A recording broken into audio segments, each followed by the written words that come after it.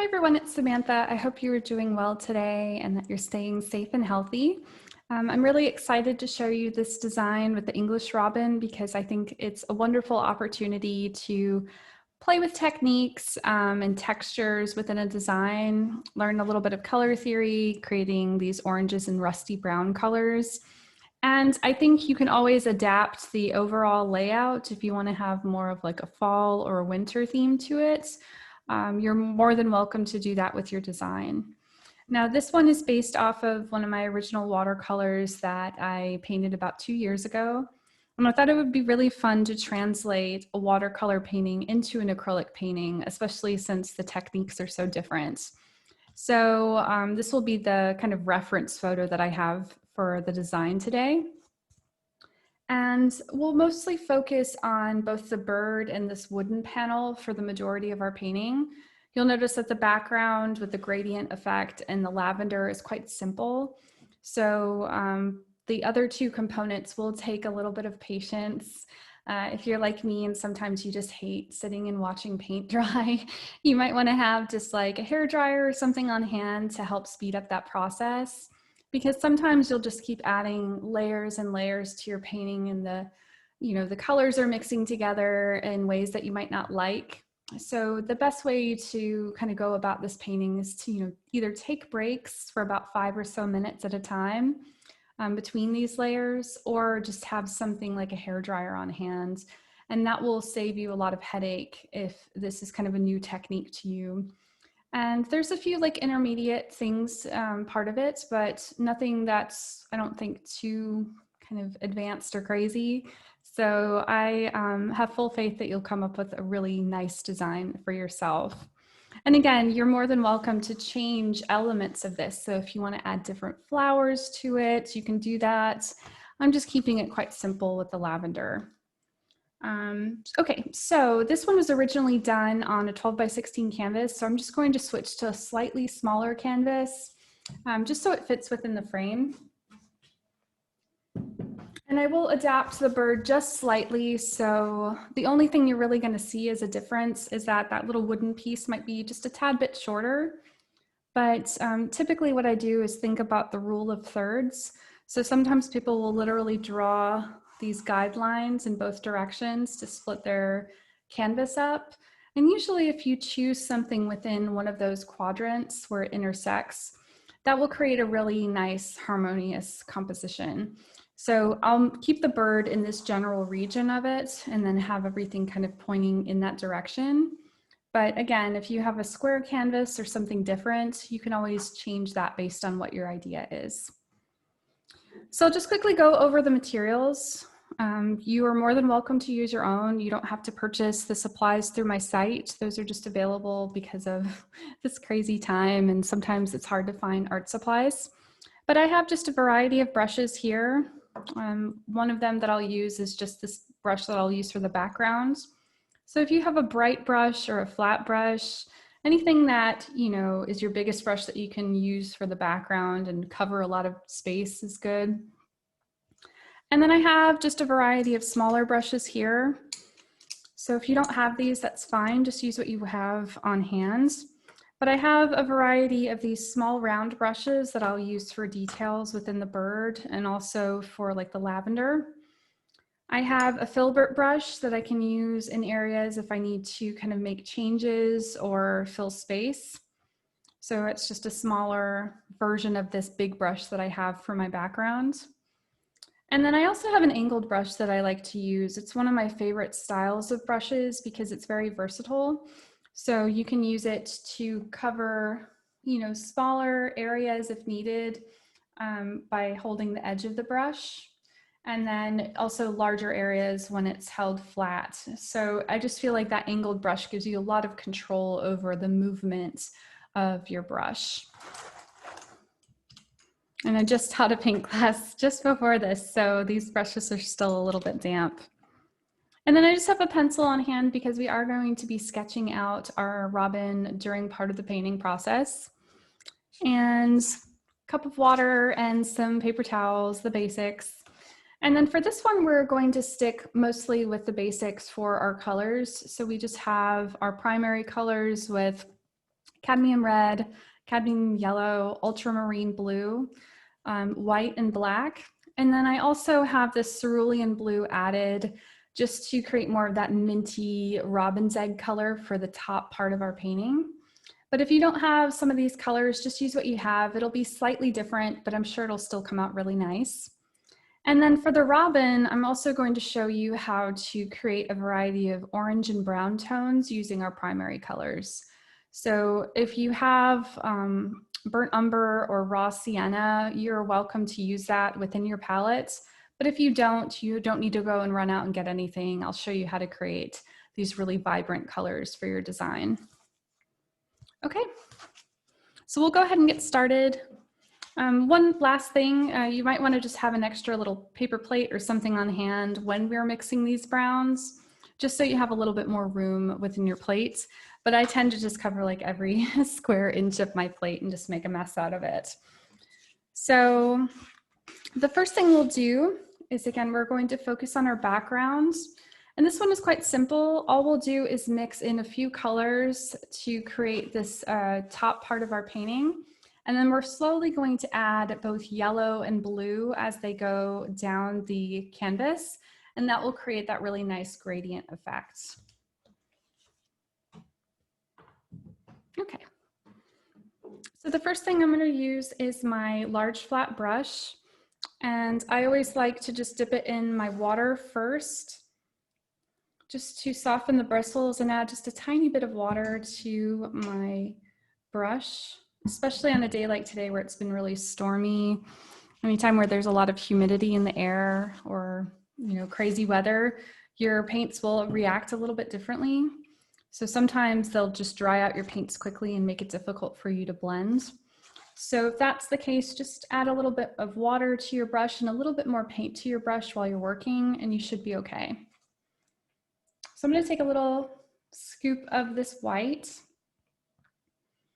and a little bit of the yellow, just a tiny bit. We're mostly going to be using white. And then a little bit of the cerulean blue. Oops, that was a lot. I'll just have to add a little bit more white to it.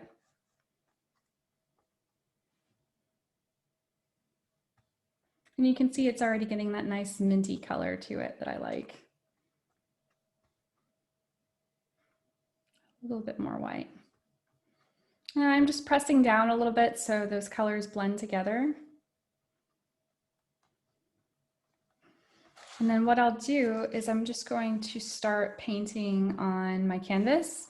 And I like to do more of these crisscrossing motions when I'm doing this, just so if there are any little sort of bands of color like what you're seeing here, sometimes I like to keep that in to create a little bit of texture and movement within the sky. So it's a really easy way to create some cloud formations and just a little bit of variety, so it's not just like a big band of color. I'm also going to go across the edges of my canvas because they tend to kind of get little blobs of color there anyway. So we'll just use that on the edges to create that illusion that the paint and the design are wrapping further along the canvas. Okay. And the best thing to do is to work with this while it's all still damp on the canvas, so then you can blend easier. So I'm going to add just a little bit of white to my brush towards this top area, just to create a little bit of variety there.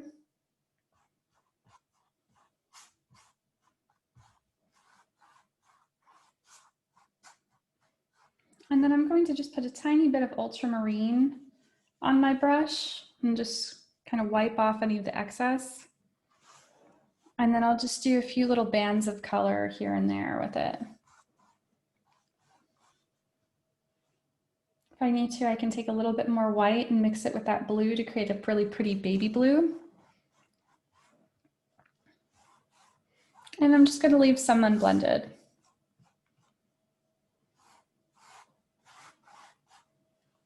You can always add white in some areas if you need to. Just kind of change things up a little bit.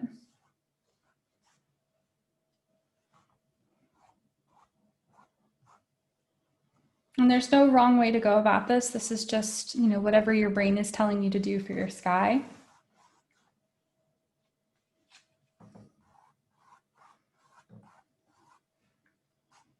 And then again, you can go around the edges of the canvas to cover that white area and just get rid of any sort of little blobs that are there. And it's much easier to do this part while you already have that paint mixed, but it's an easy thing to kind of forget while you're painting. So I'll just go around those, along those top edges too.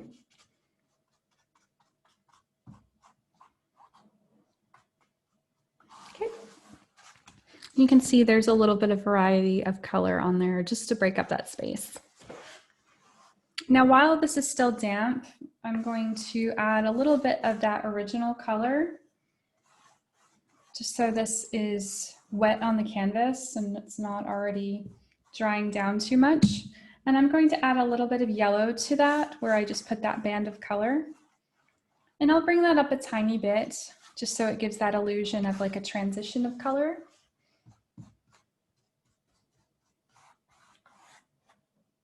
And I'll keep adding just a little bit of yellow. Sometimes I like a really strong pop of yellow during a transition in a painting like this where there's so much green and blue.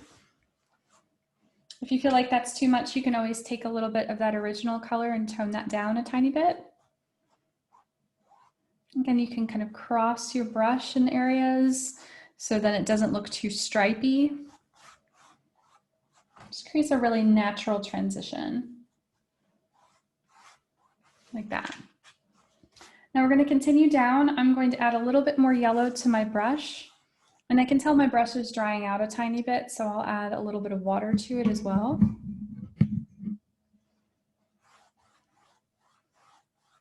Just to make it easier to run across the canvas.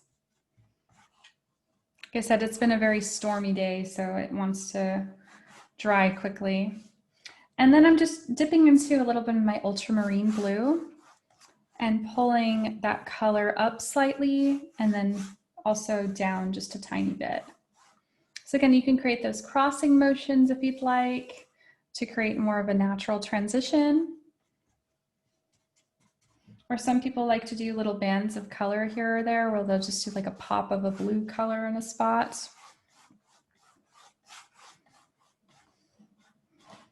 But this is all going to be in our background anyway, so it won't be really noticeable.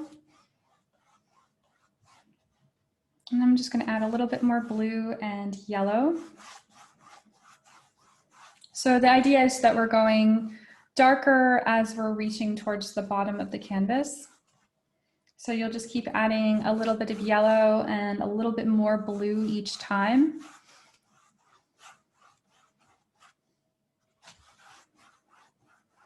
Again, you can create those crossing motions.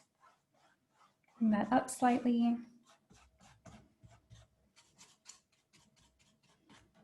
Go along the edges of the canvas if you need to get rid of any sort of blobs and just use that extra paint.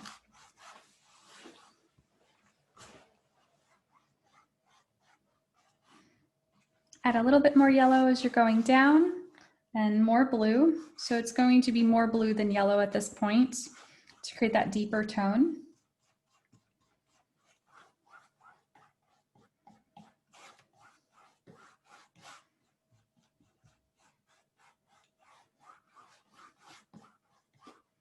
Okay.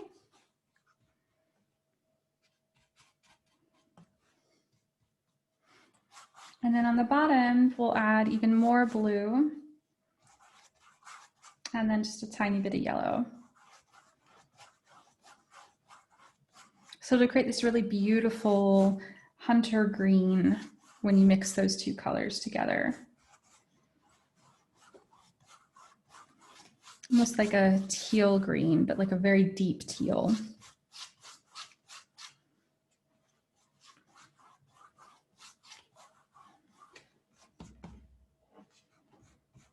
And I need just a little bit added to my brush with my water, just because I feel like my brush is pulling against my canvas a little bit too much.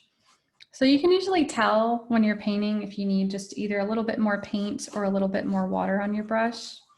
But if you add too much water to your brush, it'll actually do the opposite of what you want. It'll start pulling up your paint on the canvas. So if that happens, just wait for it to dry and then you can go back over that spot again. But here you can see how that's already pretty much done for the background. So at this point, you can go around those edges and go ahead and fill those in, since I haven't done that fully. Since I'm just doing this as an example design, I'm not going to worry about that. But it does help to make it look more complete if you do go around the edges. You can always, paint them afterwards in a different color. I know some artists like to do that with brown or black. Or if you're framing something, it's not going to be seen anyway, so there's no point in painting around the edges. Now, if you'd like, you can always add in other little bands of color if you'd like to add some texture to your background. For this one, I'm just going to stick closely to the original design and just keep it the soft gradient. So I'm going to go ahead and clean off my brush. And with your brushes, you never really want to leave them sitting in your water, because eventually, and especially with these pointed brushes, them sitting in that cup is going to kind of push them to the side like this. And then over time, they'll be permanent. So it's very difficult to use the brushes after they've been damaged like that. Sometimes you can kind of bring them back to life, but it's just easier to clean them the best that you can in your water and then just set them on your paper towel or on something else while they dry. And that'll keep your brushes nice and healthy. If healthy is the right term for that. I'll say healthy. Okay. So this will just take a minute or two to dry down. And while we're waiting, we can think about the placement of our bird. Now this one is quite large because it was for the original size, so I'll make it a little bit smaller. However, if you're really wanting to focus on the bird and maybe not necessarily the rest of the surrounding, you can always make it a little bit larger, especially if you're going to add a lot of details to it. Sometimes just bumping up that scale a tiny bit saves you some trouble. So again, this is almost dry already. That's how quick it's drying today. When I did my other class, it was instant. So it was really difficult to create some of these gradient effects. But it's always good to know that, if you're choosing like a hot summer day to paint, you do have to kind of adapt to the environment just so you're not, struggling with blending.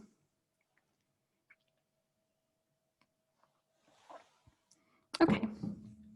So I'm just going to wait just a tiny bit more right here. I can see if I lift my canvas, it has a slight gloss to it. So I know that that paint is still just slightly damp. But we're going to do two things. So the first thing while we're waiting on that to dry is you can choose the length of this wooden beam here or the tree stump. You can make it wider than this if you'd want. I am going to make mine just slightly shorter because I have a different size canvas. But this is really fun to create just because we're going to play with a lot of textures, and I'll show you some tricks to creating that wood grain and bark kind of look on your design. But we, again, want to think about the height of it and make sure that when we get to sketching, we have enough room for our bird to fit, else it's going to kind of go off your page. Okay, so I'm just going to take my pencil, and this is pretty much dry, so I'm going to go ahead and start sketching.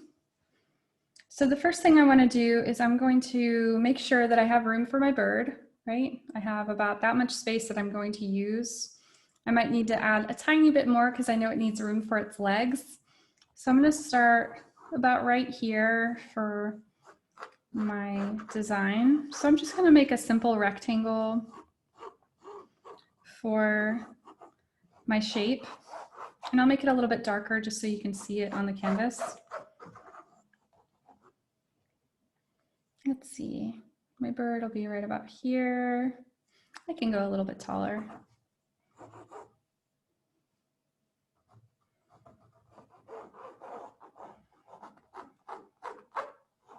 Yeah, I'll go a tad bit taller. Yeah, that should work.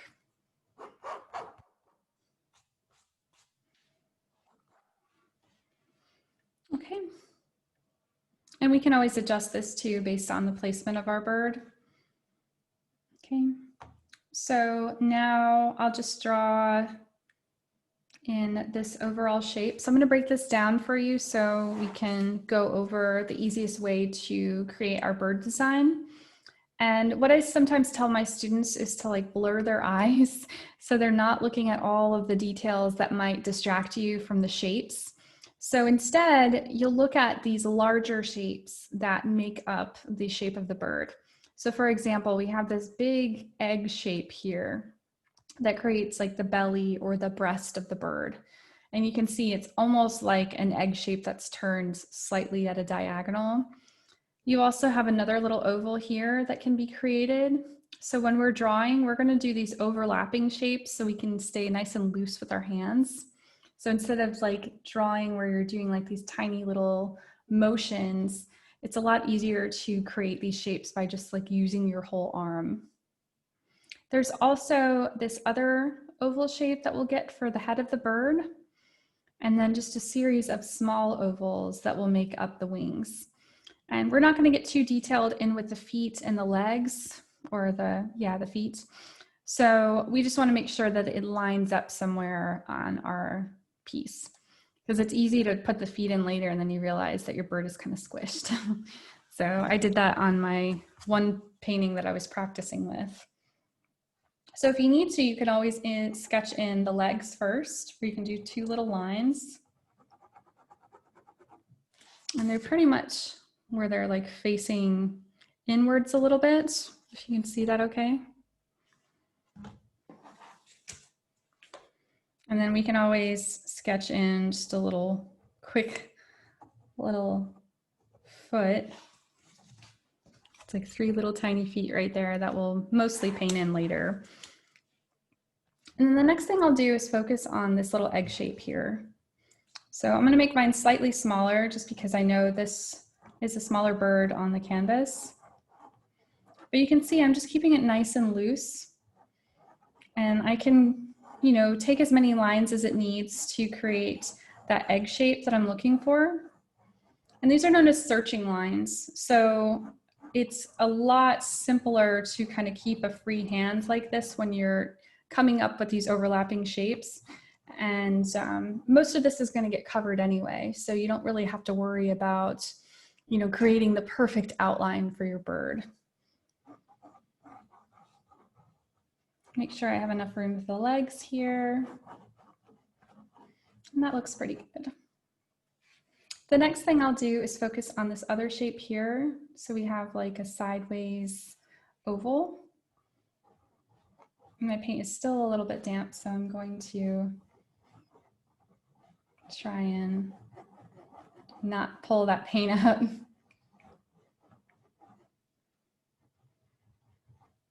Okay.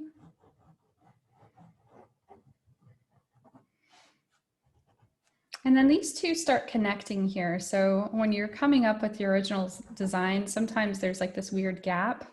We're going to go ahead and connect those two lines. So then there's this nice seamless transition, and it doesn't look like two kind of blobs sitting on top of each other. The next thing we'll do is we're going to start creating the wing. So we'll start with one little oval shape here, and I'll darken this so you can see it a little bit better. And this also connects to the head a little bit too. If you can see that okay. And then we also have another part of the wing that keeps going down.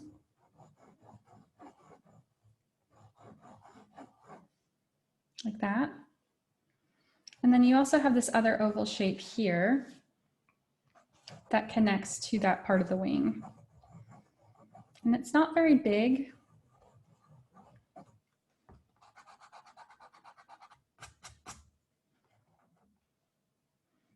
And then that also connects down to just a few little lines for the rest of the tail. So I'm not going to worry about adding in a bunch of information about the tail because we're going to use our brush strokes for that. But I do want to make sure that my proportions are correct.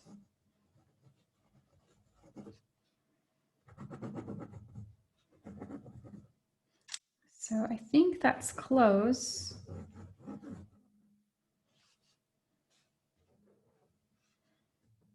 Just going to emphasize this line here.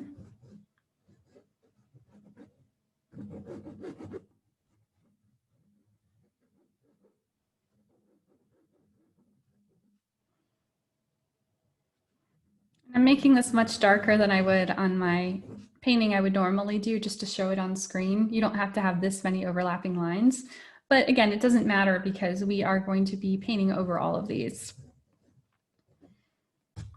And I think that's pretty good. So the last thing is we're going to make just a tiny little mark for a beak. So this is just like a little sideways triangle. I'm not going to bring that all the way out because I'll show you at the end how we'll add in some of those details. We just want to make sure we have space for the bird.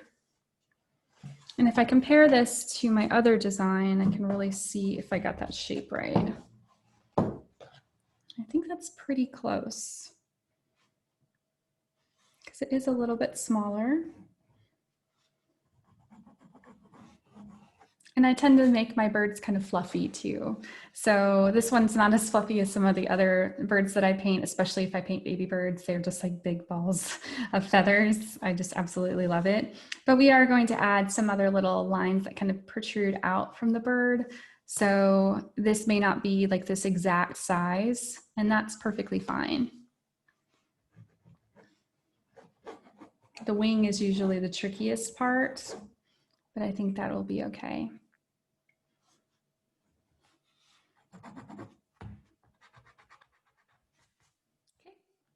So hopefully that helps.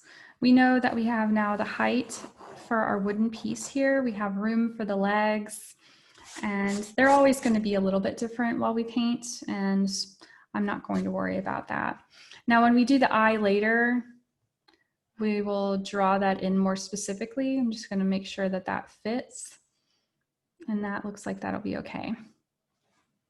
But I'll do all those details towards the end because the beak and the eye are usually the very last thing that I do.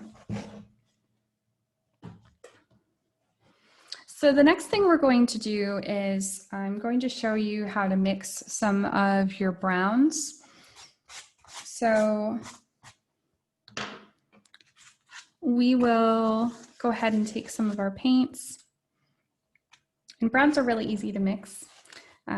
Usually you can make a brown from your complementary colors. So anytime you mix your complementary colors such as red or green, that'll make a brown tone because they basically cancel each other out.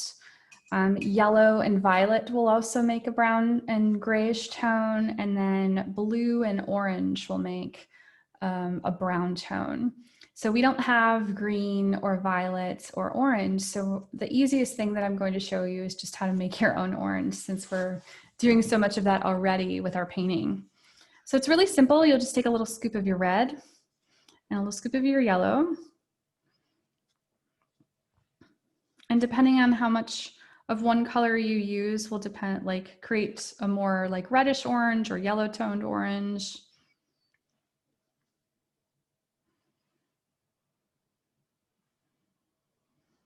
So I'm just going to do a big scoop of this because I know I'm going to need it later when I'm working.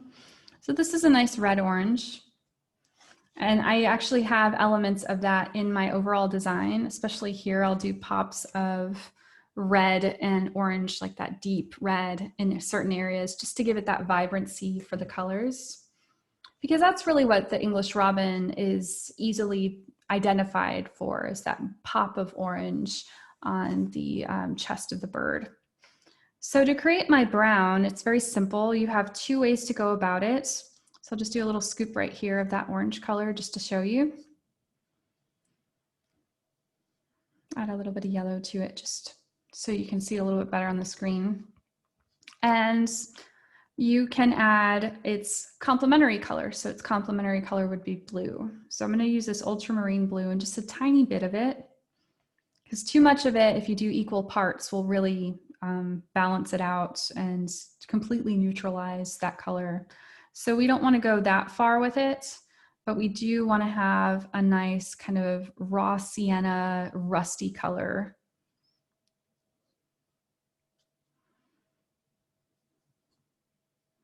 Add a little bit more orange to it to bring that rusty color back. And that's a really pretty brown tone. You can see how that's added in just a few of these spots on the bird. Now, if you want, you can always add a little bit more red to it too, if you want to create more of that bright rusty color. And if I do a swatch of it right here, you can see it a little bit better. That's basically raw sienna, if you can see that. So if you already have those colors at home, you can use that. But typically these are just those earth tones that are used as like underpaintings by artists like Leonardo da Vinci. It's a really easy way of adding a bottom layer to your design. That's going to show through later on in your piece. So a lot of artists will start with that color or like a yellow ochre or raw umber as the base for their painting. Okay, now if we take a little bit of that and wanted to create a darker color, you can always add a little bit more blue to it, or you can add a little bit of black. But if you add just that blue to it, it's going to neutralize that color even more and deepen it. And this would create your burnt umber. So we'll also use that as those darker colors you'll see right along this area underneath that wing and for part of the tail. So we'll use that as our shadows. Now, if you need to darken it even more, you can always add a little bit of black to it. I'm trying to avoid doing that for part of mine because I know that black tends to dull out your colors, but sometimes you do just need that really, really deep color. So we'll use that also for our painting. But the other trick is, like I said, if you already have orange, you can just add a little bit of black to it or a little bit of blue that's straight out of the tube. But it's usually more vibrant if you mix it from your primary colors as like a brand new color. It'll always have more richness to it, I think, than straight out of the tube. So because now we have these colors, I'm gonna add a little bit more orange to that one because I need that to come back to be a little bit lighter. We can now create some of our textures and our lighter tones within both our English robin and our piece of wood. So if you need to, you can go ahead and make more of this color. So again, I'll take, just as a reference again, I'll take a little bit of my red, a little bit of my yellow, do a bigger scoop of it, and keep some of that orange on hand for those pops of color, or if it dries out, you can always make more. With that, I'm going to mix just a tiny bit of my blue.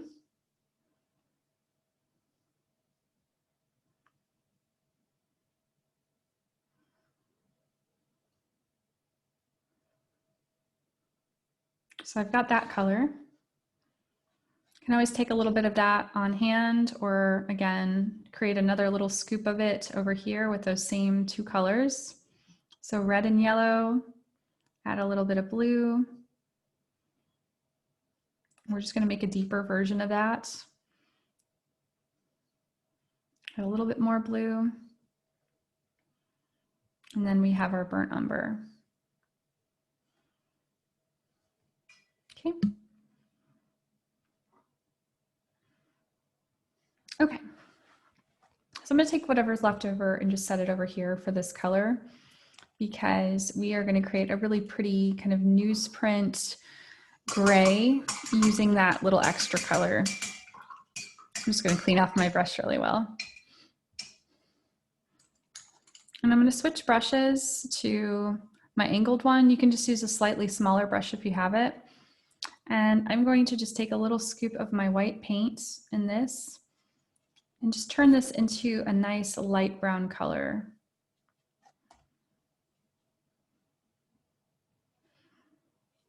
So this is going to be the base color that you'll see here along the bird and also along our base color for our little tree stump in wood. You can see a color kind of showing through here. We're going to start with a bird. Now, if you are worried about losing all of these guidelines for yourself, what you can do is while you're painting this in, you can just go around those edges. And then when you get to one of these intersecting areas, you can just leave that open a little bit where you can remember where that line is. So I'll show you that a little bit easier. I'm gonna make just a little bit more white. This is quite brown. So where this little line is here, if you're worried about that, you can just leave a little bit of a gap.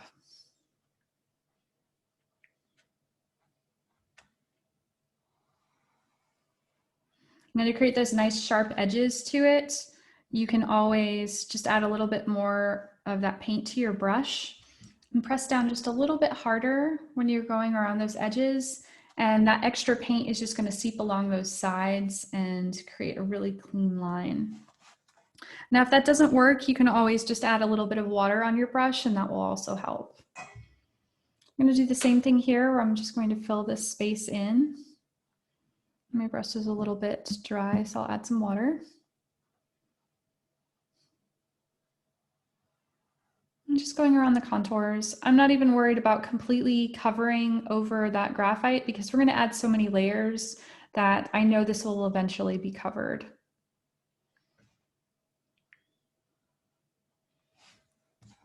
Okay. Now at the beak, you'll probably need a slightly smaller brush for that. So I'm just going to go ahead and finish up this little area right here. And switch my brush.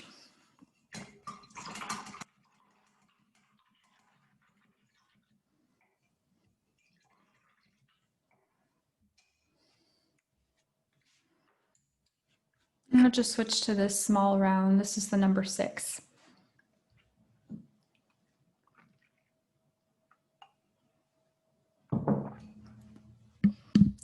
So I'm just going to wet that a little bit so I can use some of this extra paint.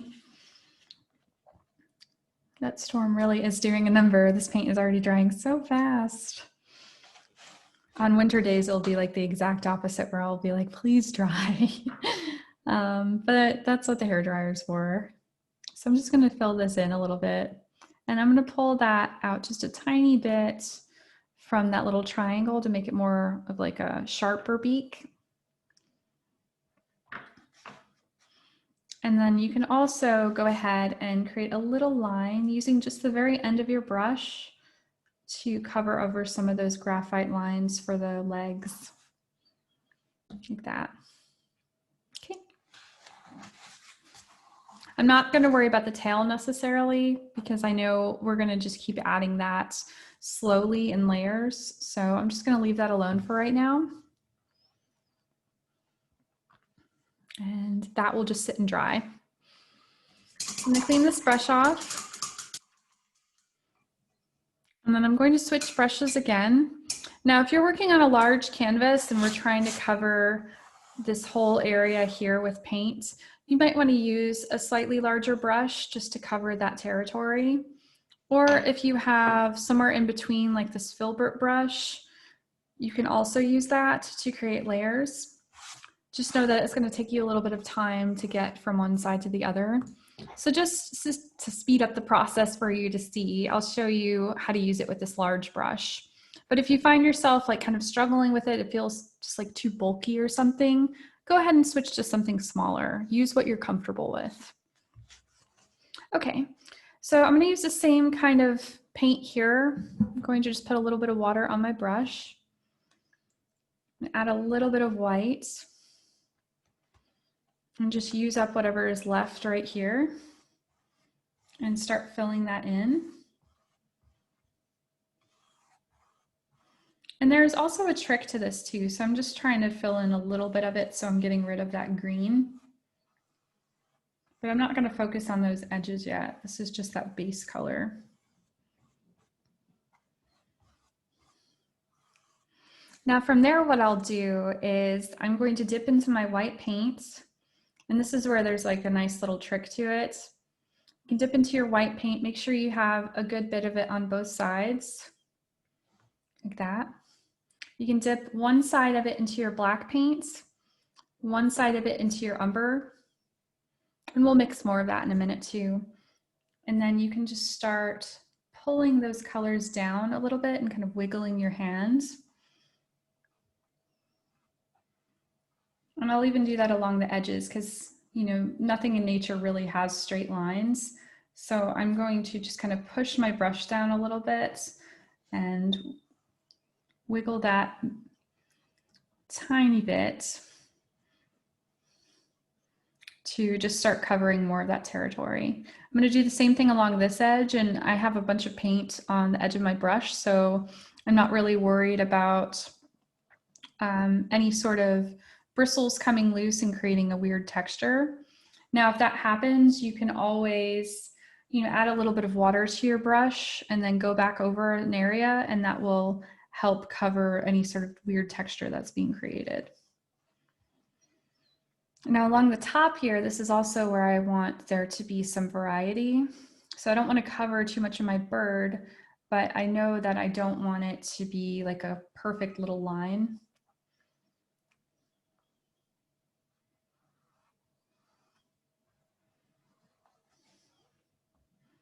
And if it's too squiggly, you can always kind of tone that down a little bit. It was looking a little bit nuts. Okay, so that's a really easy way to create your first layer.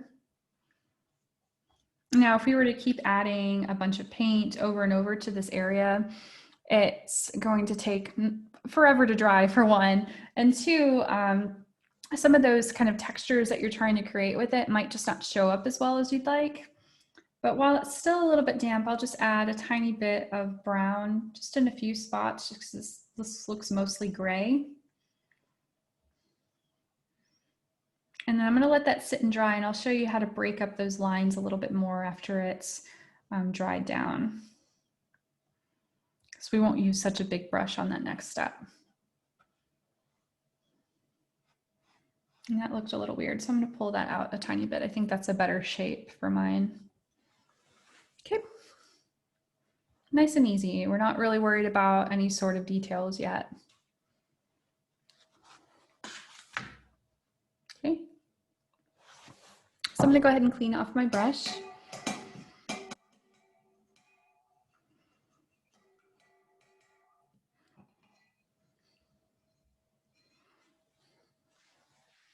And my bird should be pretty dry now because we did just a nice light layer on there.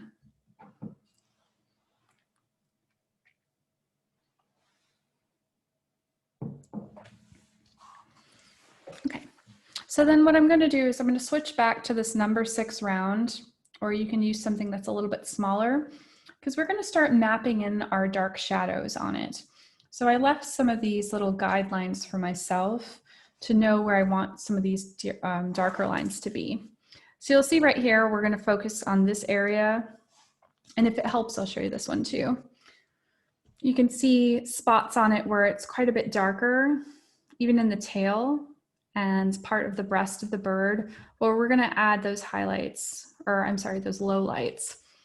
And then we're also going to have just a few little flecks of that color around the bottom half of that bird's head. And that will create that connection between the head and the body and this illusion of volume. So it's all about, you know, pretending that this thing has mass to it. And that's part of the beauty of painting. So sometimes the movement of your brush stroke helps. So we're going to follow the shape of the bird to create this illusion of roundness. And also even this shape of the curve for the wing and head. So just keep that in mind. You don't want to do like these vertical motions that are going to flatten your piece, but I'll show you how to go through all that. So to do that, we're going to use some of our same darker burnt umber color. So I have a little bit of that left over here, and I'll just mix more as I go too. Again, if you have this at home, if you know you're going to need a lot of it, you can just buy yourself a little pre-made tube if needed, but we're not using a ton of it on this one. So no need to, like, again, buy a bunch of supplies. So I'm going to go ahead and go along this side edge here with just the top of my brush. So I'm just barely like kissing the canvas with my brush here. That way you can create those nice thin lines.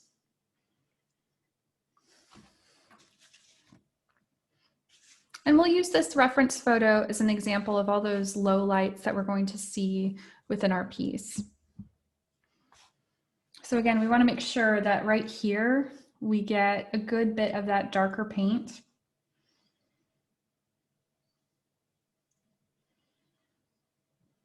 And that will create that illusion of like the underside of the wing. I'm just going to dip my hands in my painting when I do this. That's okay. So I'll just make that slightly darker to show you. We're also going to add just a few little lines of that color throughout the wing.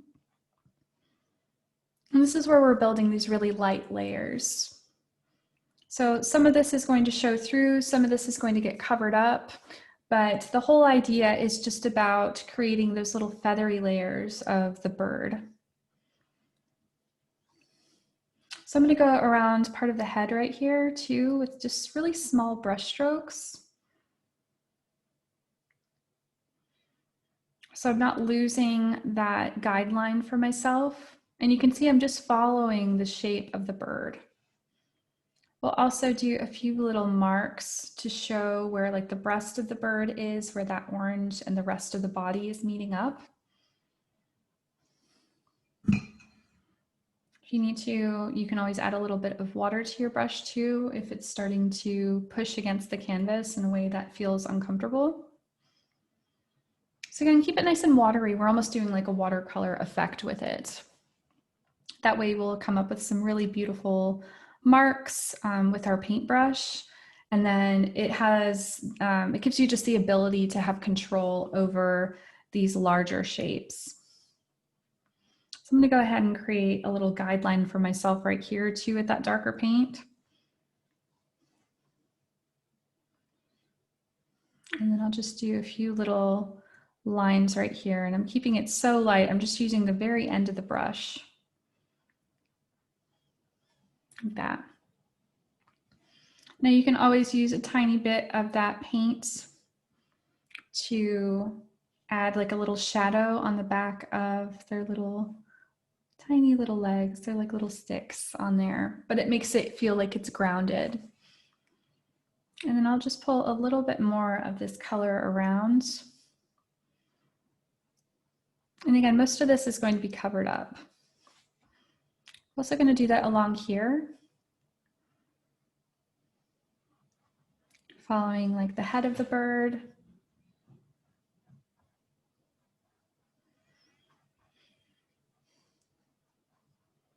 Again, this should take just like a minute or two for it to dry. So it's much easier to create these layers. Now, if for some reason you feel like you're pulling up paint when we're doing these next few steps, go ahead and hit the canvas with your hairdryer for just a couple seconds to dry out any moisture, and then you can go back over those areas. Because if there's a tiny bit of mixing happening while they're still damp, that's fine. But if you feel like you're doing like giant globs of paint and they're just kind of blending in weird ways that you don't like, go ahead and dry out that whole area. And that will really save you so much headache and time. Because again, I'm not the most patient person. So when I'm coming up with design, sometimes I'll just have that hairdryer going every few seconds. So don't feel like you're cheating or anything. It's smarter to use it. So this area over here is still really damp. So I'm just going to let that dry. And it looks like my canvas has a little, or my video has a little bit of a lag right now. So I look like I'm really speed painting in spots, but that's okay. So the next step that we'll do is we're going to mix some of this rusty red color into parts of our painting. So we're going to block out this area here around our bird.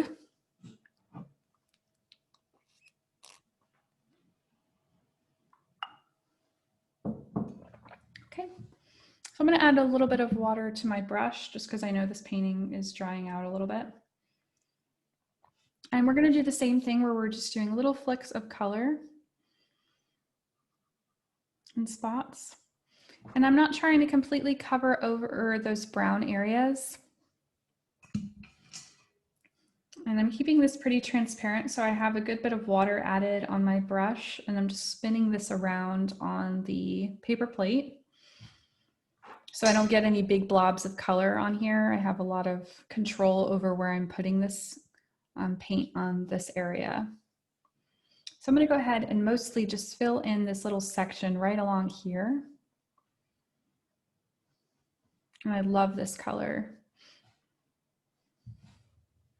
So this is more of like this bottom layer where we have these deeper colors popping through. And then as we get towards the top, we'll add more yellows and reds and spots to really make this come to life. So again, we're following the pattern of the bird, right? We're not trying to do just vertical motions that flatten everything out. And then sometimes you get some texture that starts forming on the canvas in these areas. So if that happens and it feels kind of distracting, you can add just a little bit more water in those areas with your brush, and that will tone that down a little bit. Because a little bit of texture is fine, but if it's unintentional and distracting from your design, that's not so good. So I'm going to bring that also in along the face. And this part's a little bit tricky because we know we're going to put an eye there. So I'm just going to go ahead and just move that color around in the majority of this area. You can still see that brown showing through in spots. So that's good. And then I also tend to just add a tiny bit of this color, just like the tiniest amount, in a few spots on the bird. So I'll just do like a few little flicking motions here or there because it's mostly in this region, but it's just a really fun way of adding that little pop of color that brings those other colors together. Okay. So that's starting to look really good. Now I still have some of this regular orange color here too. So if I need to, I can always mix some more together with my yellow and red.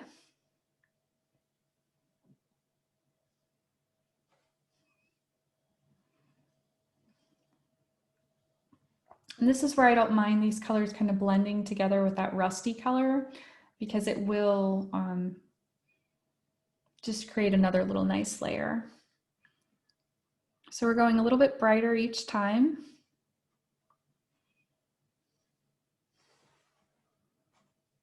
I'm not completely covering over other areas. I'm just having that little bit of color popping through.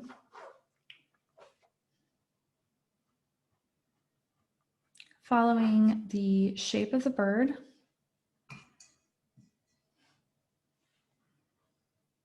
Getting a little bit of texture there, so I'm just going to tone that down.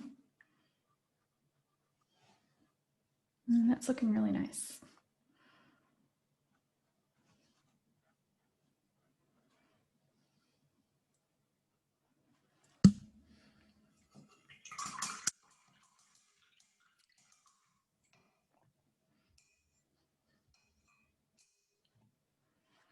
This is still drying a little bit more, so I'm going to give it just a few more minutes to dry out. And this is drying so quickly right now that I'm going to go ahead and add just another small little layer.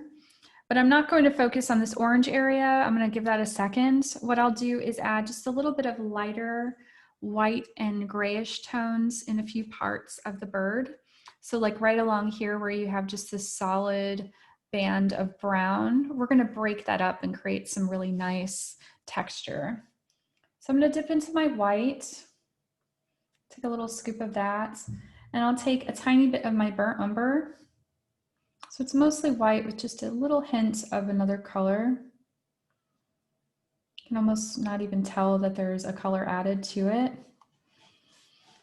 And this is where I'm going to just bring out some of the white of the bird. along this bottom half.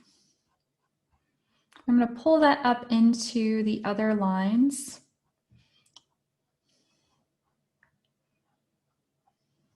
And if there's a little bit of that color that comes in, that's perfectly fine. That makes that look cohesive.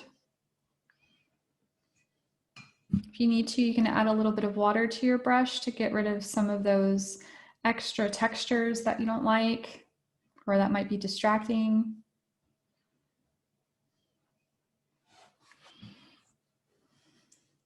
If I need to, I'll go in with just a little bit of solid white and just a few little spots. If you can see that okay.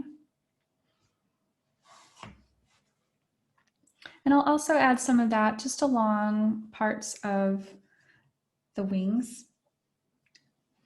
So this is just, again, that white with a little bit of brown added.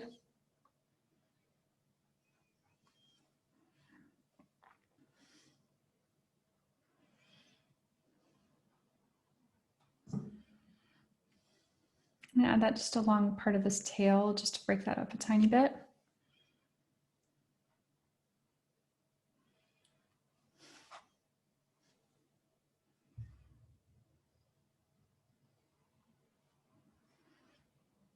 Okay, it's really starting to come together now. You can always add a little pop of it here or there within part of the bird, but I tend to do that mostly later. Go along the head of the bird.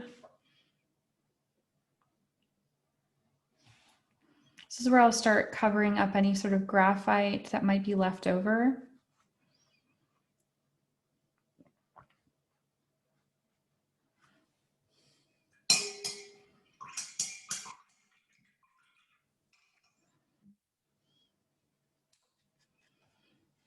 And I'll just add a few little layers of white just in a few spots right there on the tail.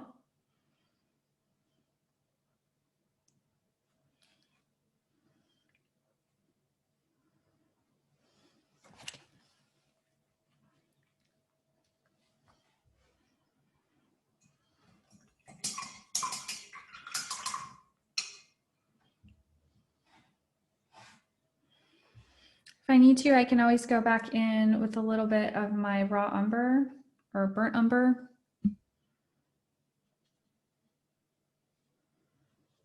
If I feel like I'm losing some of those darker lines again, and I'll just push some of those colors back just slightly, especially on the wings here. So it's really just a push and pull between adding lighter areas and adding darker areas, and just giving it this illusion of texture. So if you keep it nice and light, it's much easier to just build that up.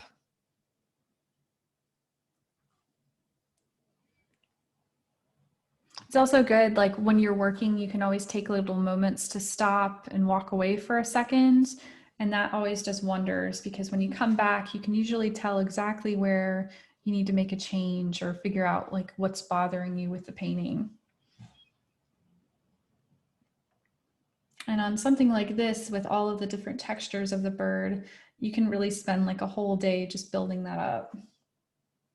So I'm kind of speeding through this process, but usually if I'm doing my own work, I'll take a few days to just work on details. So you can really split it up so you're not feeling like you're doing too much. So I'm just gonna go ahead and put some of that feet in right there. So we're not getting really detailed with it right now, but we will a little bit later. Okay, so we're gonna let that sit and dry. Otherwise we're gonna start pulling up paint in spots, but I really like how this is coming out. Now we'll take a break from that, and I'm gonna switch to just a slightly larger brush and show you how to start breaking up some of this shape into more details. So you'll notice here, I'm going to be using my filbert and using this wider edge to it to fill in some areas and kind of create some other textures. And then I'm going to turn it to the side to just break up those spaces into smaller lines to give that illusion of like aged wood. So I'll use the same colors that we did where it's black, brown, and a little bit of white. And if you'd like, you can even add some of this orangey, rusty color tone to parts of your design here. So again, you can use that technique where you can just put a lot of paint, the white paint on both sides of your brush like that. You can dip into one side with your burnt umber and then switch it to the other side and take a little scoop of your black. And sometimes that's an easy way to start those lines. And you can see it's already creating some little lines of black right there that I really like. So I'm just going to leave those be. But sometimes you just need to kind of blur that out just a tiny bit so it's not so distracting in spots. But I always like creating wood textures. You can, again, just like the bird, you can spend a whole day mastering how you want that to look. So again, we're not doing like these perfect lines like that. We want to make sure that we kind of wiggle our hand a little bit and create just a little bit of shape and variety. And some people will even go with more of a dry brush technique. So they'll leave some areas with a lot of texture just to give that, again, that illusion of aged wood. And again, switch it to the other side of the brush if you'd like to create some really thin lines. But I'm just accentuating what we started with here. So I'll dip into my white, a little bit of my burnt umber, a little bit of my black, just like that. Again, just picking and choosing where I want those colors to go, but not overthinking it, you know. Just have fun while you're working.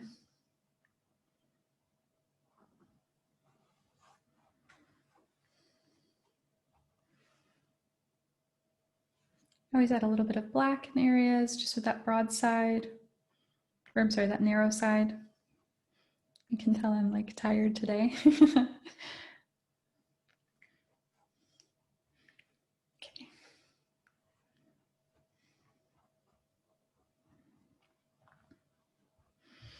And then sometimes what happens is you'll start evenly spacing things out. Like I'm looking right here, I see this evenly spaced out in these 3 sections.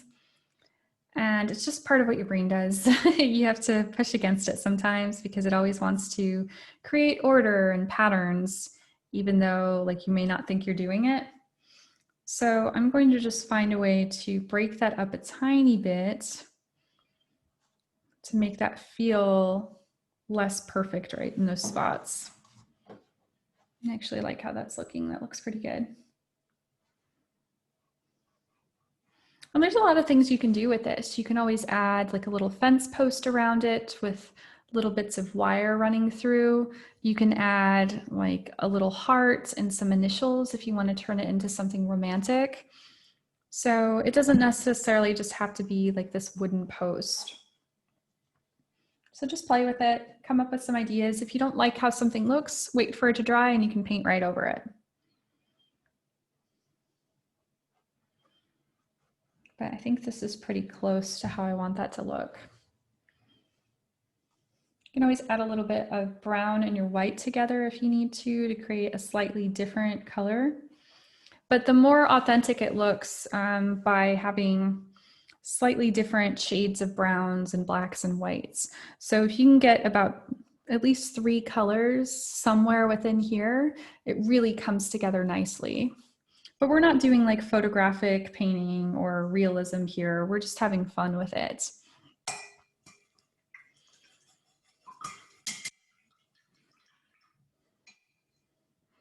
And then some people will even take a smaller brush and create little wood grain effects.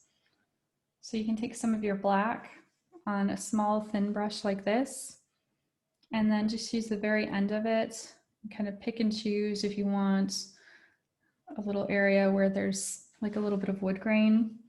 I don't personally like that so much, but there are really beautiful ways that you can come up with that. So if you're interested in adding some faux wood grain and things, feel free to experiment with that. And then if you don't like something, you can always kind of tone it down a tiny bit. I'll leave some of that showing through because not all of it was that distracting, but yeah, I like how that looks. Okay.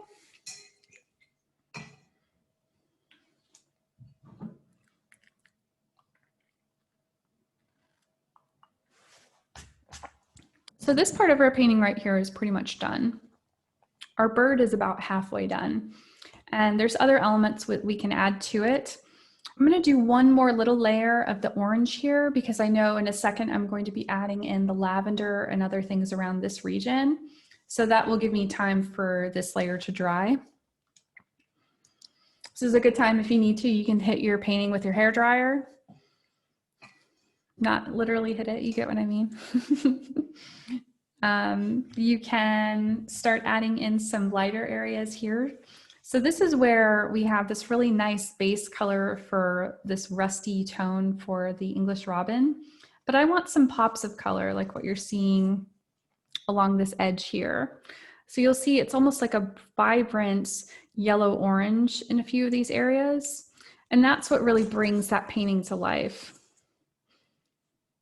And even on this example here, I went in with just some solid yellow in a few of these spots and some solid red just to give it more vibrancy.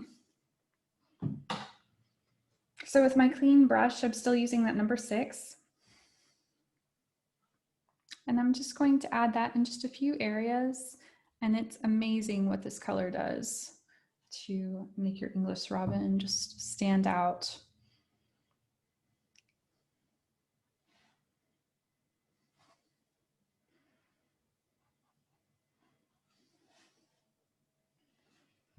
I'm going to go along the head of the bird too. And this yellow is already a little bit transparent, so it'll be easy for you to go over certain areas. I'm just going to turn this slightly. So hopefully I don't dip my hand right in this part here. I'm going to try and lean around it.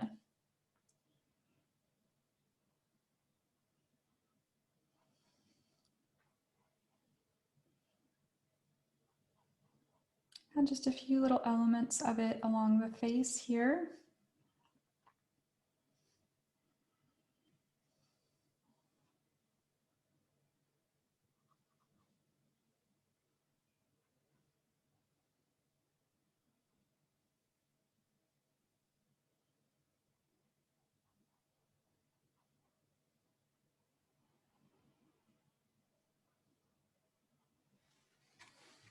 And you can see how that's really starting to come to life now.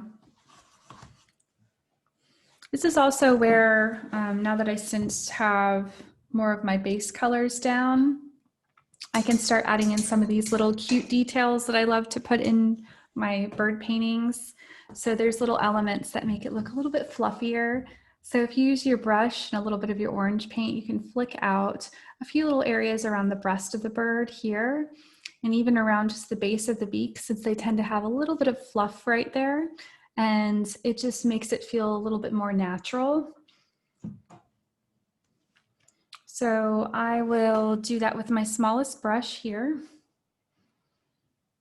And I'm just going to use my orange that I mixed from my red and yellow. And you want to kind of have a light hand with this so you're barely touching the canvas. And you don't need many areas where this shows through. You just want to give that illusion of fluffiness, for lack of a better word. I'm also going to add that in just a few little areas along here because I really like this orange. It's very vibrant. So you have a lot of different shades of orange and red and yellow to create your robin.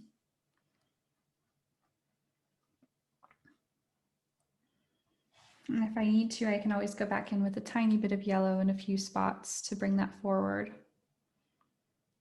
But again, there's no real wrong way to do this. This is just, you know, what your brain is telling you that you need to put together with your birdie.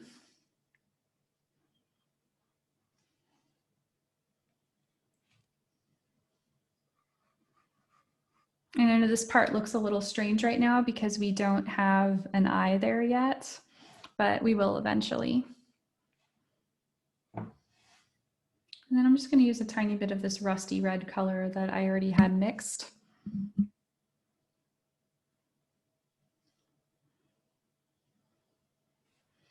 And just use that in a few spots. So you're really just barely putting some of these colors in areas now.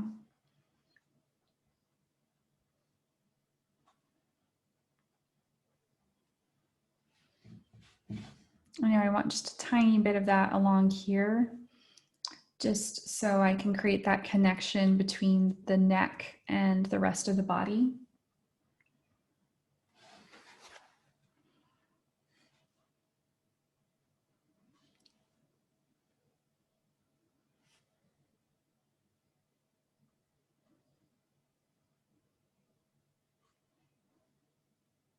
And I'm still trying to stay pretty close to that original outline because it'll just get fluffier and fluffier as I go. And that's fine if you're working on that. I'm just trying to stay close to my original example. But don't be afraid to make like a fluffier bird, you know, like one that doesn't miss many meals or anything. There's definitely some big robins that I've seen in my yard recently. But they're so tiny, but when they start like fluffing out when they're mating, doing their mating call, it really is amazing to see how this little bird just looks so fat for a second.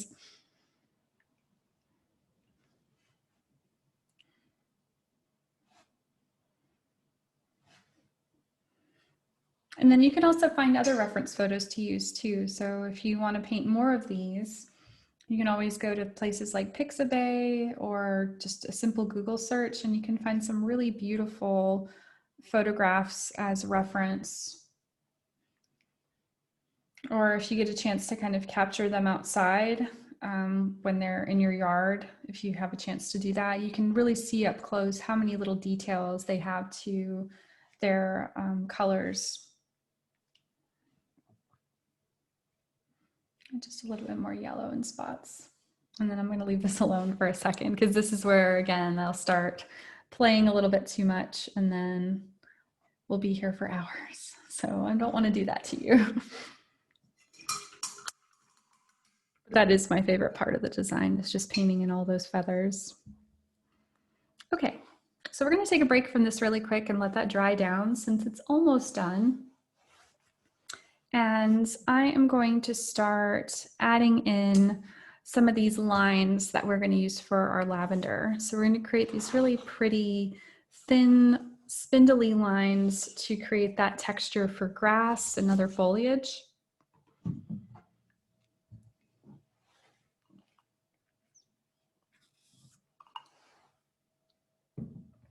So we're going to mix a lot of these same colors that we did with our blue and yellow. The goal is to have one that's slightly darker to stand out from our darkest part of our background, and then one that is a little bit lighter. So you have these highlight colors and low light colors. So I tend to use my larger number 12 brush, and I'll just use the very end of it. But if you want a more spindly line, you can always use a smaller brush.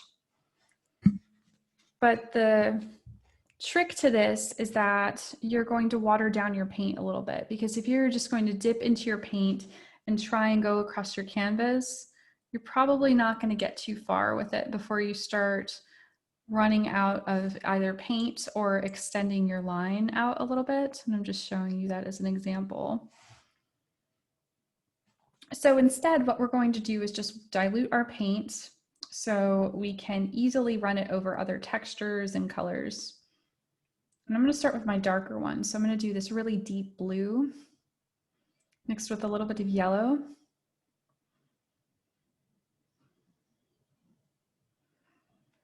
And you can always take a little bit of your burnt umber or a little bit of your black to make a darker color so it'll stand out against this background. So I'm going to add just a little bit of water to it to create almost like an inky consistency to it. So if you have, let's say, like a big blob of color on the end, like you're seeing here, we're going to add a little bit more water so that doesn't happen. And that will also keep your bristles together while you're painting. So an easy trick to get that blob off of your paintbrush is also to just spin your brush around on the paper plate. And we don't need many lines, so we don't need like tons of color for this. We just want to be able to create some little layers of grass. Okay, I'm going to spin it one last time to load up the brush. And it'll create a nice edge to it here. And I'm going to keep it at a vertical angle, but if you're having it on an easel or something, you're just going to hold it like this, where just the very end of the brush is going to touch the canvas. And I usually start with a slightly heavier line, and then as I go up, I start to pull away from the canvas a tiny bit, and that will create those nice little spindly lines. And I always think it's easier to work a little bit faster because then you can create those little flicking motions without too much thought. Now these are quite wide lines. If you want, you can always switch to a slightly smaller brush and use the same technique.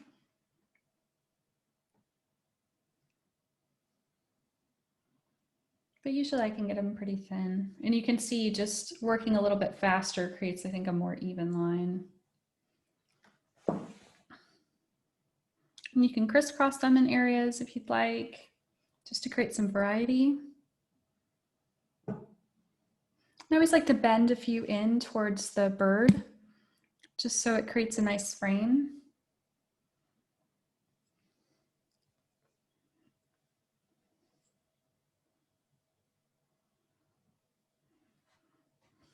And then I'll also cross a few in front of our piece of wood here, just so it feels like it's planted firmly in this design.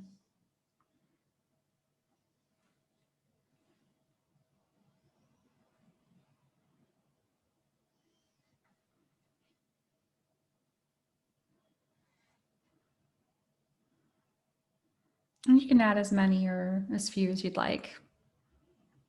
I think that's pretty good for that first layer.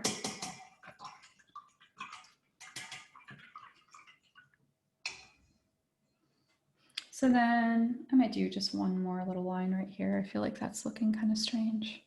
Yeah, that looks good.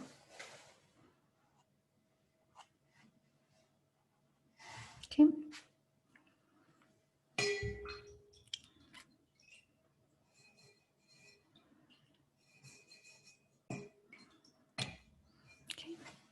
So now I'm going to add a little bit more yellow to that mixture that we just had to lighten it up. And again, we want this just to be lighter than this area on the canvas so it can stand out. So sometimes if I do like a little swatch of this, that's not too bad. But sometimes if it's really dark down here, you might have to add just a tiny bit of white to that mixture. And again, we want to dilute it down so we're not having any big globs of paint or anything. And I'll just paint in a few little areas that are overlapping. And it's fine if they cross over other parts of your design because that will create a more natural looking little shape for you. And I might need a tiny bit of white just to make it a little bit more opaque.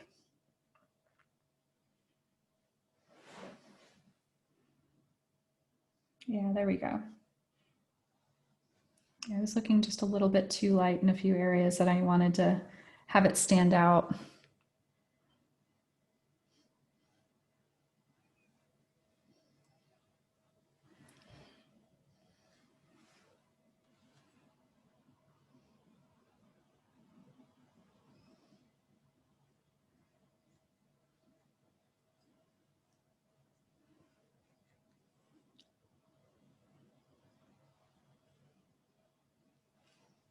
And some of this is going to be covered when we add in our little details for our lavender or whatever flowers that you decide to use.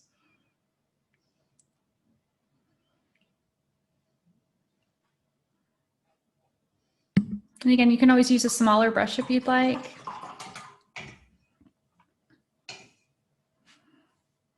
If you feel like you have a little bit more control with it.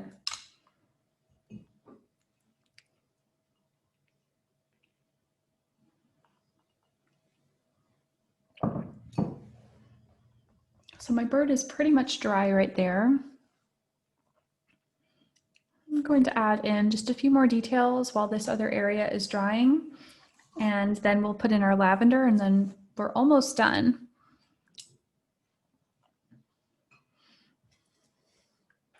So I'm going to focus on adding just a tiny bit more of this rusty color, but I'm going to make it a little bit deeper with a tiny bit of blue. I need like a darker color that's not just solid black. So we're not to that full burnt umber color. We're somewhere in between those two colors that we originally put together. And I'm just going to add a few little marks of darker colors to create more vibrancy and depth to the bird. So it looks like things are sitting properly in place. Especially around this area of the, I wouldn't say chin, but the base of the head here where that neck is connecting. I'm just seeing a few little shadow lines. And you can always dilute it if you need to make that line a little bit thinner and easier to control.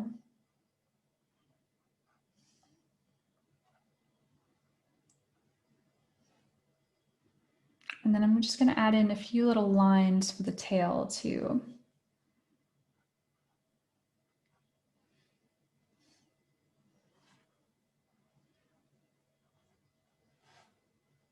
Yeah, that's making a huge difference. Okay. And then I'm mostly looking at the shadows on here. So you can see these really dark areas along here and along part of the face. And by adding these slightly deeper reddish tones, we're not, muting those other colors. We're just giving it a chance to have a little bit of kind of structure to the rest of the bird. And I just have a few coming in right along here, right along where the eye is going to be. Now, another thing that might help too is I'm going to switch my brush to an even smaller one, since we're going to be creating some of those detail lines. So if you have a small brush like this, it's really helpful. If not, just use the smallest one that you have. This is a number 0, but a number 1 or 2 brush also works really well. And I'm just going to create the kind of hint of the eye here, just a little line here and there.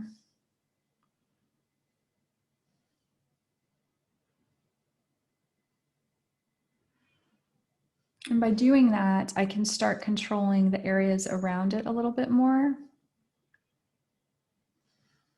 You can see just that little bit of shadow underneath that line is going to help push that color back. So this might not be exactly where the eye is going to go, but at least it's giving us a little bit of a reference to where these darker lines need to be.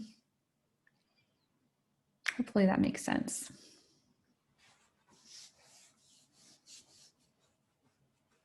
And with that same brush, I'm going to, again, just do a few little highlighted areas too with our orange and our yellow. And this is me just being kind of picky.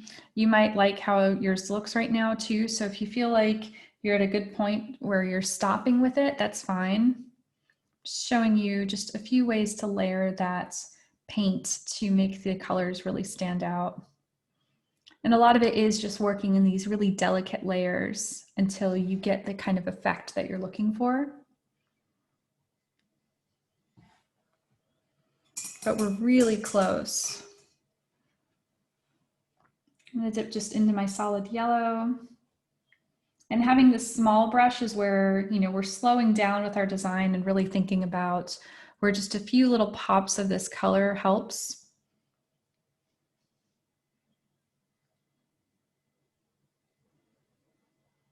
Sometimes, again, you can use like a solid red if you need to, if you feel like everything is just a little bit dull, and that will really bring that back to life.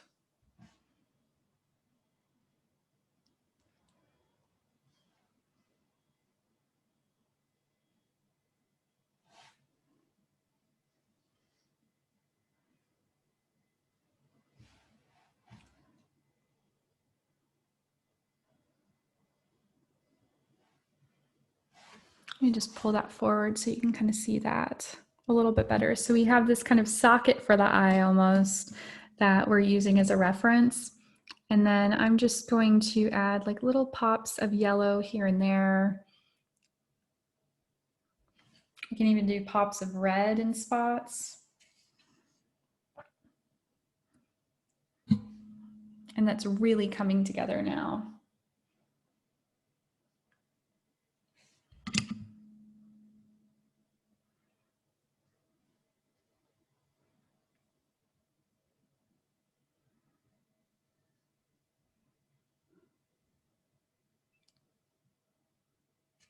You can see that closely. Those little pops of red do so many wonderful things. And then if you don't like how that looks, you can always take a little bit of your orange and just push that red back a tiny bit too. So it's really whatever your brain's telling you needs to be done.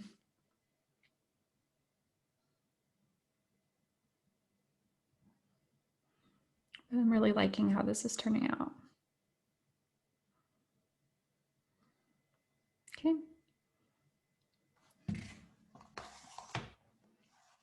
This is almost dry here. We're going to do a little bit more with the bird. I'm going to show you how to put in the beak. So I'm using my smallest color or my smallest brush and a little bit of my black paint. And I'm just diluting it with a tiny bit of water just so there's not any big globs of paint on the ends. You can always roll it, just like what we did with our other things. Just roll it side by side and then you can get a nice point to your brush.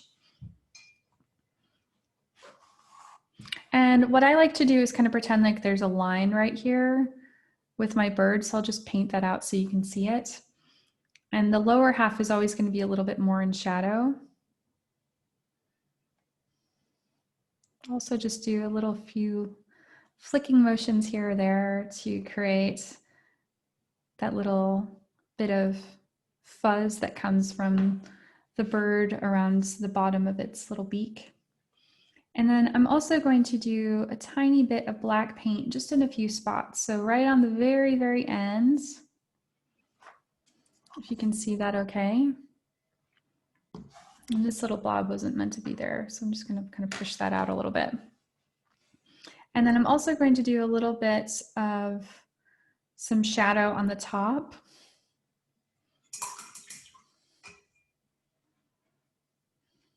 And then I'll dip into a little bit of my white paint just to create some other shadows within it.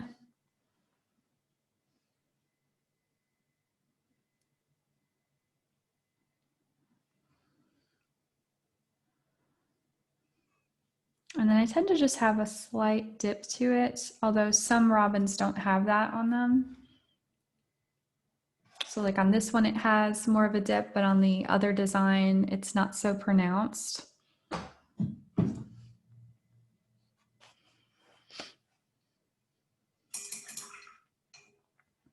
And I'm just going to do a few more little white highlighted areas, and then we're going to wait for that to dry, and then we'll add in the eye.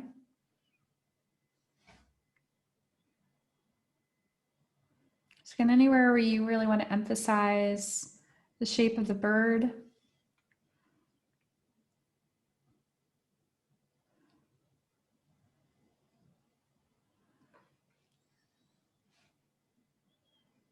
And just break up some spaces.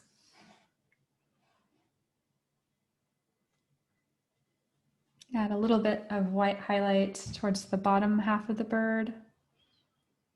Just in a few little areas.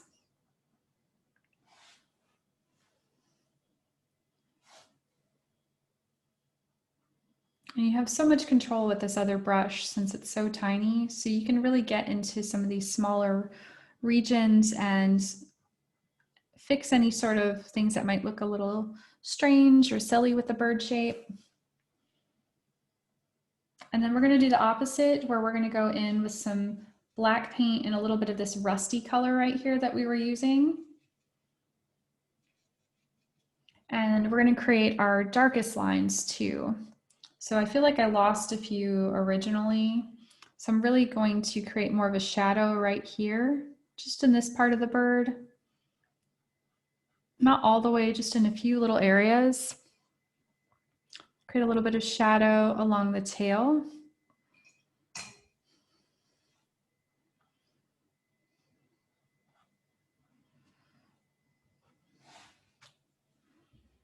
And then just a few darker areas along other parts of the bird. So again, we're creating a variety of different colors and textures to make up the overall design. And you can spend plenty of time honing this. This is just to show you roughly how I did the original design. Just also going to add just a few little darker lines right along here. You can barely even see them. It's just to show some depth within the bird.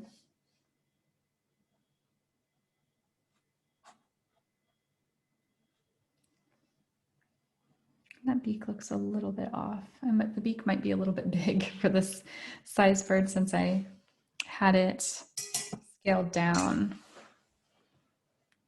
So what I might do is just try and pull out some of that color. It may or may not work.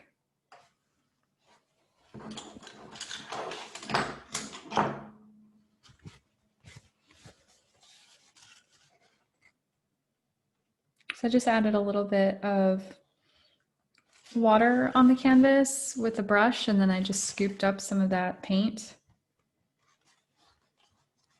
And sometimes this works, sometimes this doesn't. This looks like it's working okay. Part of that was me just maybe sketching that a little bit too big.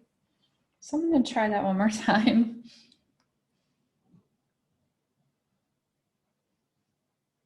Make it a little less pronounced.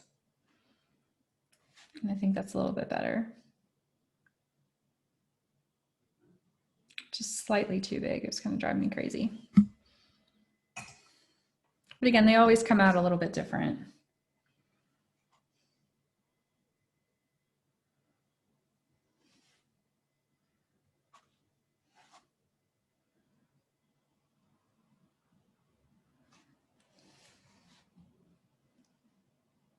So it'll just be a little bit fluffier.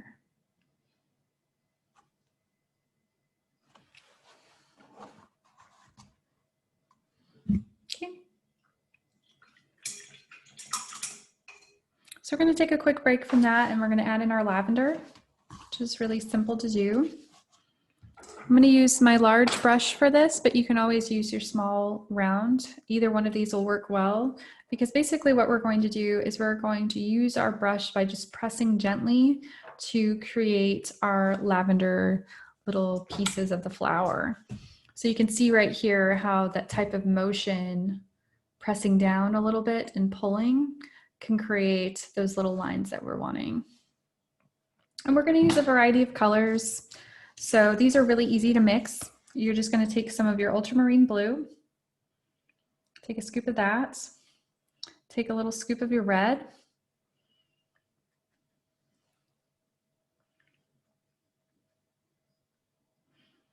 and this will be our deepest color right here. Add just a little bit of water to it. So it's like a deep blue, almost like a royal blue, if you can see that okay.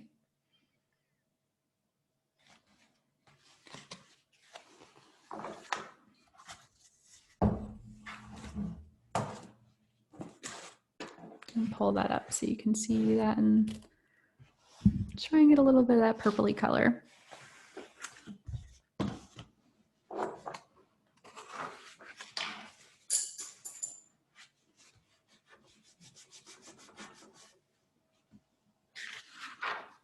Now, if you wanted to change that up a little bit, you can always add a little bit of white to part of it.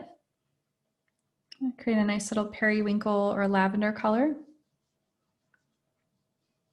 Or you can add a little bit more red to part of it with a little bit of white. And that'll create a really nice red-violet color. So you can use any of those. You can go even lighter in areas if you wanted by just adding a little bit of white. So it's just a mixture of your ultramarine blue, your cadmium red, and then white as needed. Okay.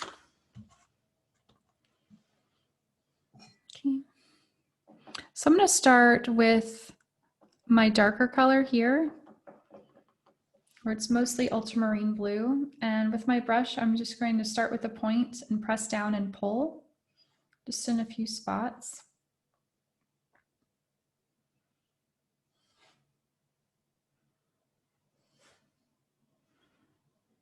And you can pick and choose where you want that to be. I'm not thinking too hard on it because I know we're going to be adding a few layers.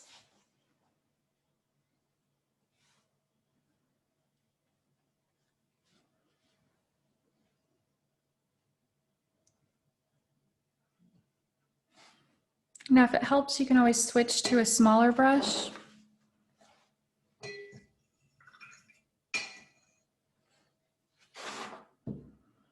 Again, you can pick and choose what color that you want. I'm just going to stick to this darker color first. And sometimes it's a little bit easier to use that smaller brush in spots. And since lavender is kind of stacked in areas, you can make it really specific if you wanted to, where you have little distinct layers, almost like a cake on it. Or you can do what's known as scumbling, where you're just adding in a few little hidden details here and there, like that. So I just kind of mix and match between the two and decide, where I want this first layer to go, where I want that overall shape to go. This is also a really easy way to fill in areas that you may not like with your design. Just turn it into something really cute and pretty.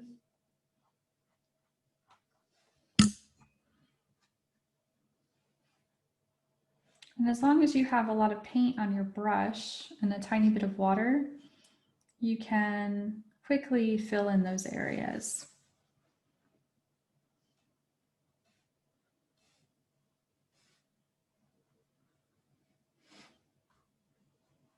Okay. And that's quite a bit. I didn't have as many in my original one, but this is all just a test to show you. So you can also go ahead in with your lighter colors too in spots if you want to add in some details.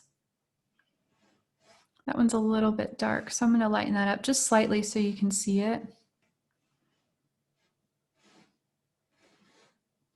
And this can overlap in a few areas.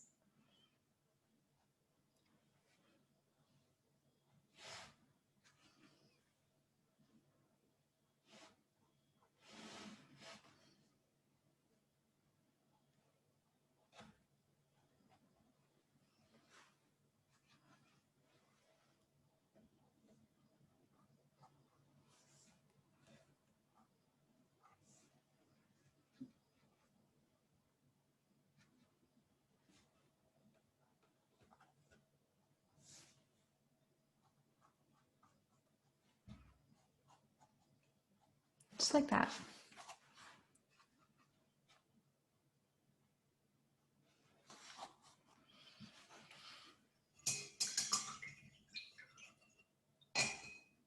And then you can always go back in with a little bit of red mixed in with it if you want more of that red-violet color. And you can just put that in a few areas too. Just like that. Okay. So whatever you think works for your design.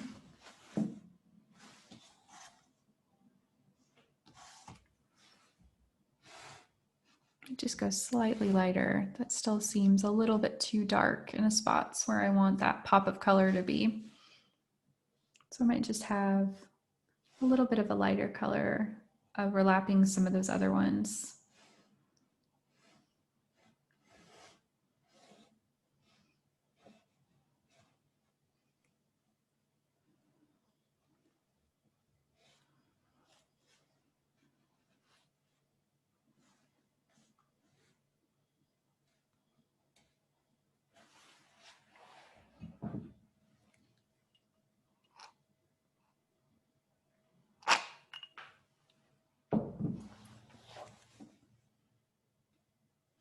So again, you can always pick and choose how you want that to be. These are quite large, but you can always make them a little bit more delicate if you want.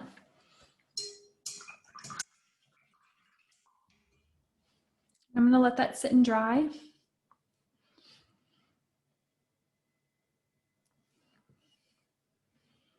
And then let's see.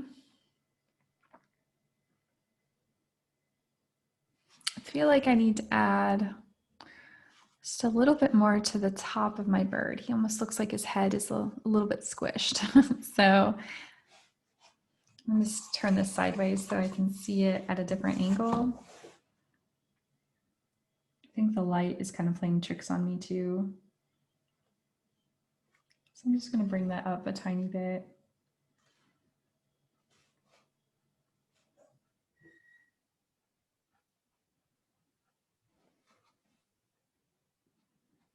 This is where I end up painting upside down a lot just because it gives me a different perspective on things too. So I can quickly see if there's something that's a little bit off with my design.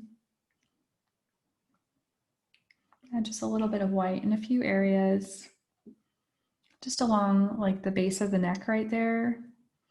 And I think that's going to help that spot. And I'm also going to fix up. Yeah, that's much better. Could probably even go a little bit higher with it if I wanted. Yeah. I can pull some of that white over.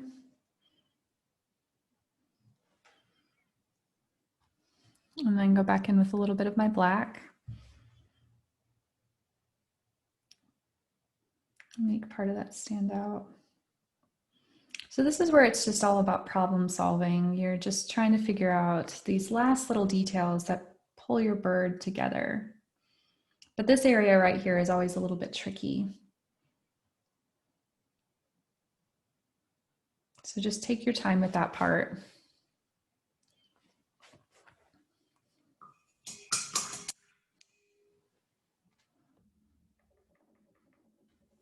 Just a little bit orange right here. And then I think I'm ready to put in the eye.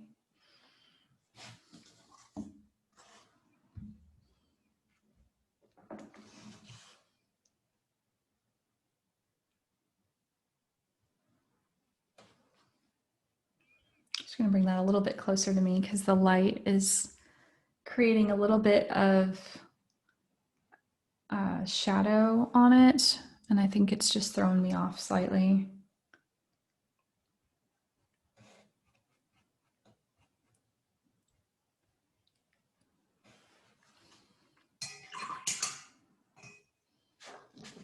Yeah, that's much better. I'm going to add in just a few little layers of white right around the neck right here. And I think that's all it really needs in that spot.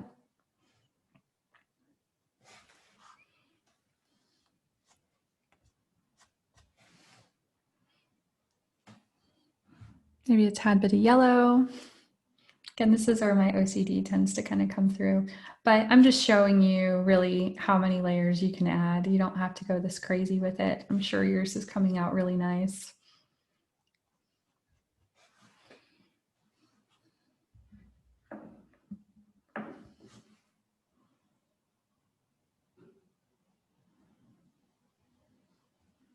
But the more of those like delicate layers that you add, the more it just really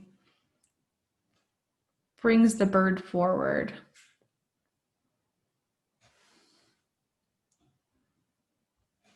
And makes it the focal part of your painting.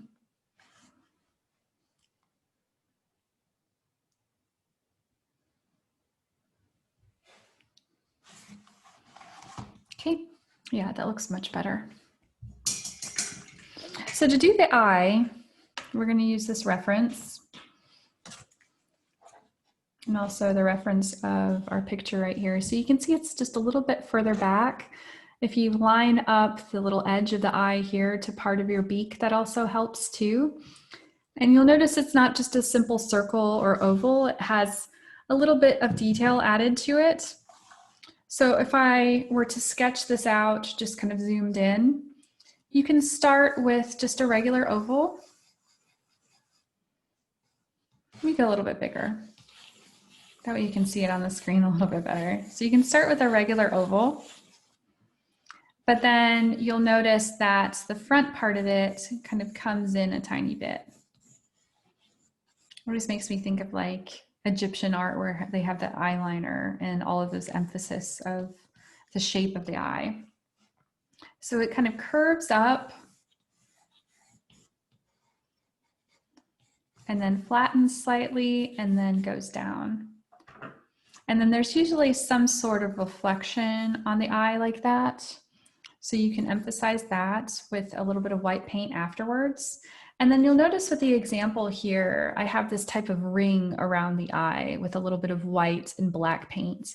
And that's just to make it feel like it's planted within the rest of the design. It's very easy for it to feel like it's just sitting on the surface. So to do that, we're going to add just a little bit of like the idea of an eyelid or the shape of the eye around that side. Okay. So I'm just going to quickly sketch that in on mine.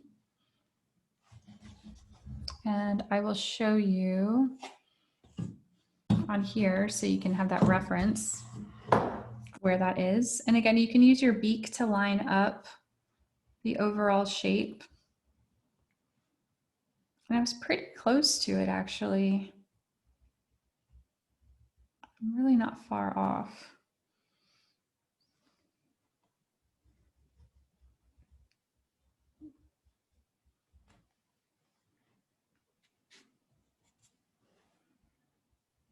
Might just be slightly big because I made my bird a little bit smaller.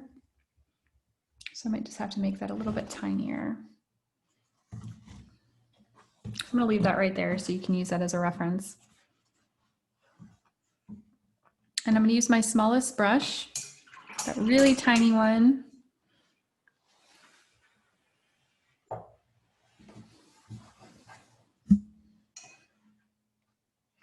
And I'm going to dilute it with just a little bit of water and spin it on the paper plate so then it doesn't have any big globs of paint on it. And then I'm just going to start filling in that shape. Now the nice thing is that if it's not completely perfect, it's fine because we can always go back over it with a little bit of white paint to create that little shadow around the eye. And that will cover any of those parts of your painting that might be a little bit too big. And then what I'm going to do is just create a reference to the eyelid with just a little bit of that leftover black paint. So I'm going to just do that slightly above the eye in a few spots. And then when we add that little bit of white paint to create that almost like eyeliner around it, it will, oops, hit my tripod, it will create that really nice effect to it. So again, if you need to, you can go ahead and put any of that extra black paint anywhere else that you might need on your design, just so you're not wasting the paint on your piece. You can also use a little bit of that black paint to emphasize some of the shape of the legs. So like the back part of the leg can have that tiny little bit of line. And then you can create that foot shape.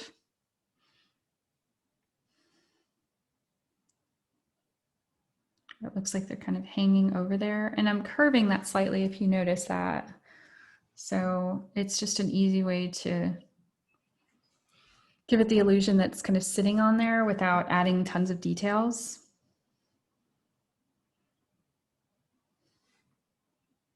And I'm just putting that paint anywhere else that I might want to emphasize.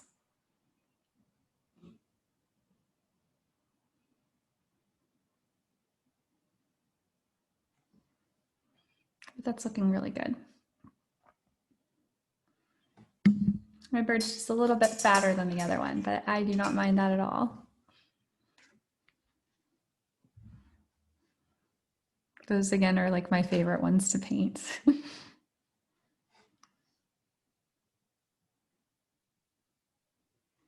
Just adding a little bit of white in spots just to bring that forward a little bit to create that illusion of shadow there. And you can see that on this design in a few areas. And then I'll add just a tiny bit of white on the beak. And then with that same brush, this is where you can start going along that outline. And as long as that black paint is dry, you can cover up a few areas. If your eye might be a little bit big or a little bit small, this is where you can just make those little small changes. And I'm just going to add a little dot for the illusion of light that's reflecting off of its eye.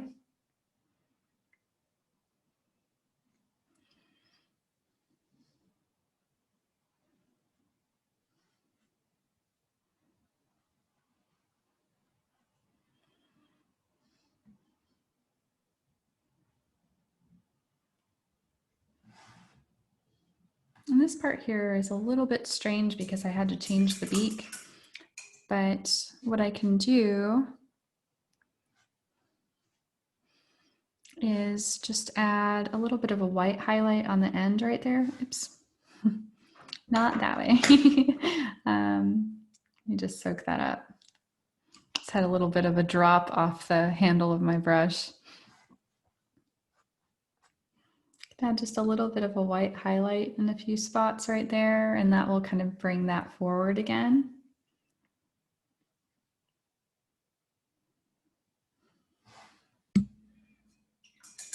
And I think I want to add just a few more little details like this along the side of the bird.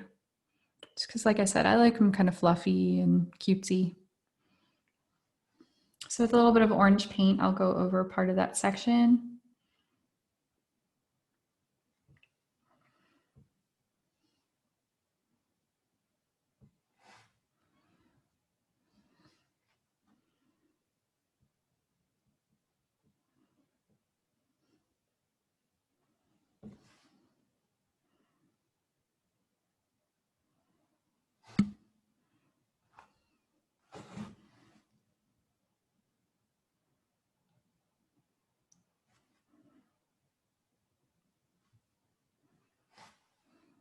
I need a little bit of yellow.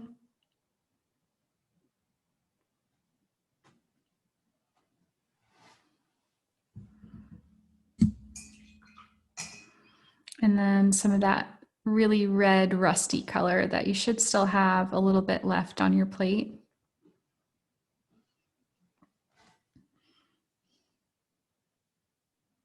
And you probably don't even have to do this part. This is just me playing and making sure I make the bird design that I want for this class.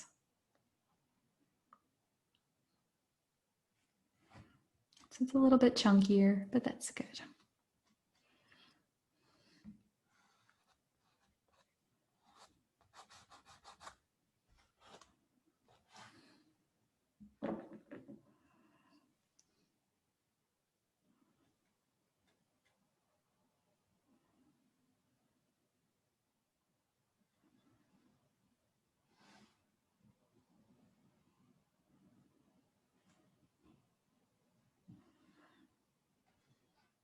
Yeah.